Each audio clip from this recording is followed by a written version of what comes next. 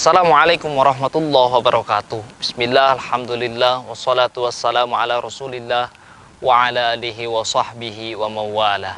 Asyhadu an la ilaha illallah wahdahu la syarikalah wa asyhadu anna muhammadan abduhu wa rasuluh la nabiyya ba'dah. Faqala fil Qur'anil Karim, a'udzu billahi minasyaitonir rajim. Bismillahirrahmanirrahim. Inna salata tanha 'anil fahsya'i wal munkar. Sugading puji anu sampurna sarang pangalem sagem leungna, segala puji milik Allah yang mana yang telah memberikan kita kenikmatan, telah memberikan anugerah kepada kita berupa kenikmatan iman dan Islam serta keihsanan. Mudah-mudahan kita semua bisa beribadah kepada Allah, karena tujuan Allah menciptakan manusia di alam dunia itu adalah hanya untuk beribadah kepadanya. Salawat dan salam semoga tercurahkan kepada junjungan kita, Habibana wa Nabiyana, Nabi Muhammad SAW, yang mana beliau adalah orang yang paling agung dalam akhlaknya, orang yang paling harmonis dalam keluarganya, yaitu kanjeng Nabi kita Muhammad SAW. Dalam mukadimah tadi saya menyebutkan bahwa ada bahasa inna sholata tanha anil fahsya'i wal munkar.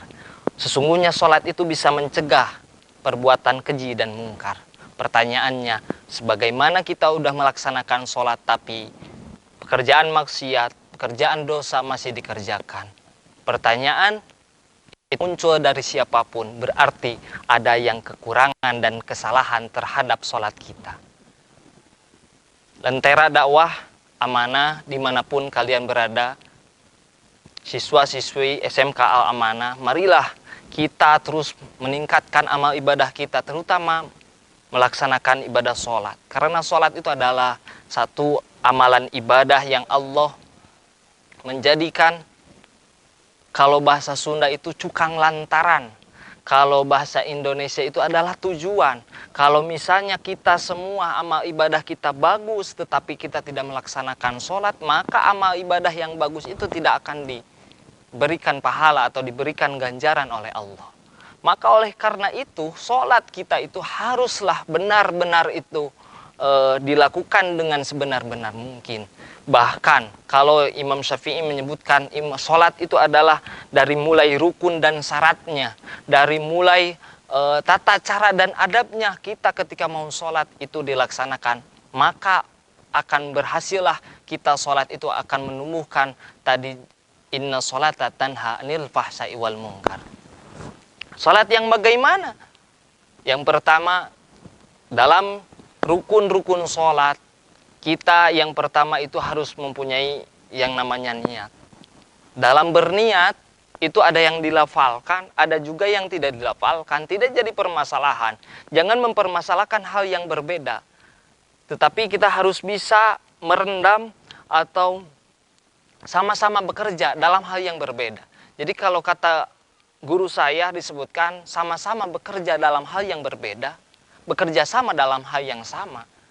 Maka ketika misalnya ada perbedaan di dalam hal niat, ketika melaksanakan sholat, ada yang berniat usolli fardhu subhi, ada yang tidak berniat langsung takbiratul ihram, itu tidak jadi masalah. Yang penting dalam perniatan, dalam ketika kita akan melaksanakan sholat, begitu kita mau takbiratul ihram, maka niatkan di dalam hati kita bahwa kita itu adalah ibadah kepada Allah. Kita melaksanakan sholat semata-mata mencari keridhaan Allah Subhanahu wa Ta'ala. Begitu kita setelah berniat seperti itu, maka ucapkan kalimat yang mungkin kalimat ini gampang untuk diucapkan, tapi susah untuk dilaksanakan, yaitu kalimat Allahu Akbar.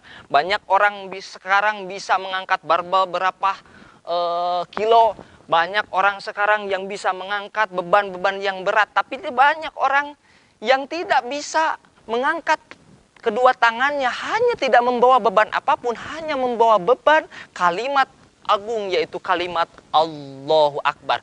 Pada bahasa Allahu Akbar, takbiratul ihram itu adalah takbir, itu adalah membesarkan Allah. Ihram itu mensucikan di dalam hati. Maka niat di dalam ketika melaksanakan sholat Allahu Akbar, di sanalah kita musnahkan niat apapun, niat kita ingin dipuji orang, niat kita ingin dipandang orang, maka ketika sholat kosongkan hati kita, hanya kita ibadah kepada Allah Subhanahu wa taala, maka Allahu Akbar.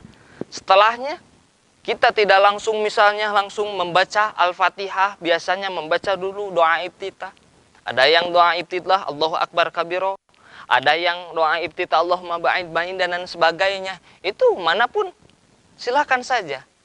Tumaninah dalam sholat itu hal yang penting. Ketika kita melaksanakan Allahu Akbar takbiratul ihram, maka di sanalah tumaninah. Tumaninah itu adalah berdiam sejenak, sekurang-kurangnya ucapan kalimat subhanallah.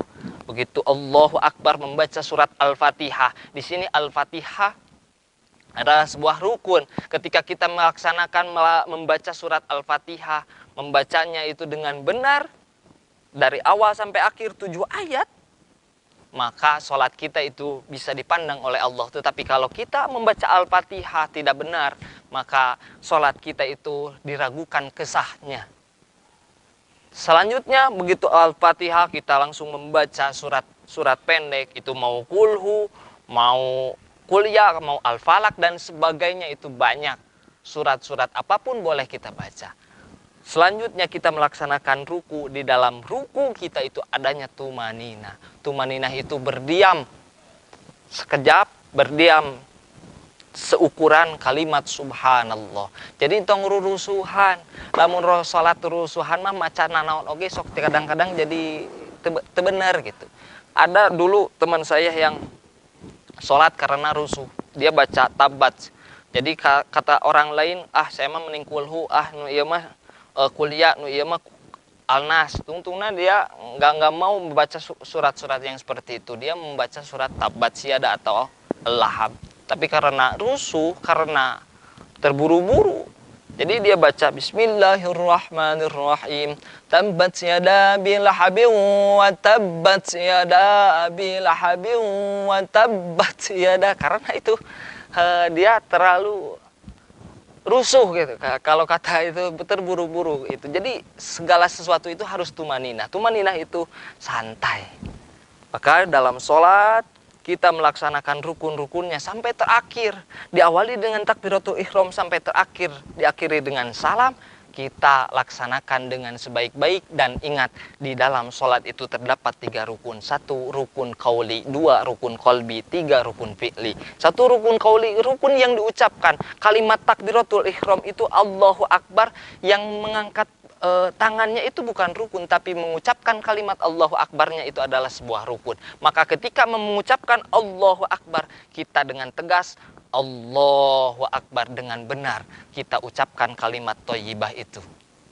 Ketika terus seterusnya kita membaca surat Al-Fatihah. Membaca surat Al-Fatihah itu adalah rukun qauli. Maka di mana misalnya rukun qauli ini tidak dibaca, maka tidak benarlah sholat kita.